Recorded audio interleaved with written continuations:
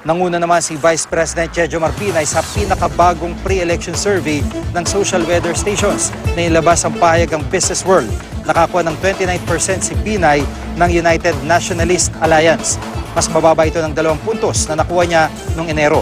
Kaya lumit ang lamang niya kay Senator Grace Poe na nakakuha naman ng 24%. Tumaas si Davao City Mayor Rodrigo Duterte ng 4 puntos. Kaya nagpantay sila ni Poe. Sumunod naman sa kanila si Marroas ang Liberal Party na may 18% lang. 4% naman ang nakuha ni Senator Miriam Defensor Santiago. Ayon sa SWS, dikit pa sa ngayon ang mga nakukuhang numero ng top 4 sa mga presidential survey.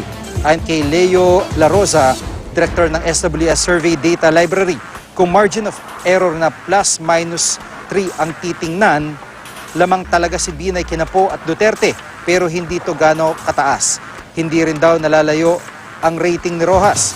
Sa pagka-vice presidente naman, sina Senator Bongbong Marcos at Senator Chis Escudero sa unang pwesto na may 26%. Pumangatlo si Congresswoman Leni Robredo na nakakuha ng 19%. Nasa ika-4 na pwesto naman si Senator Alan Peter Cayetano na may 16%.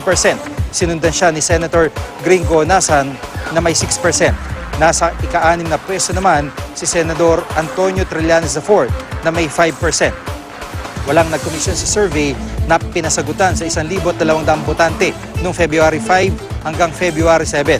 Tinanong ang 1,200 na botante sa Metro Manila, Luzon, Visayas at Mindanao kung sinong iboboto nilang Pangulo kung ang eleksyon ay gagawin ngayon.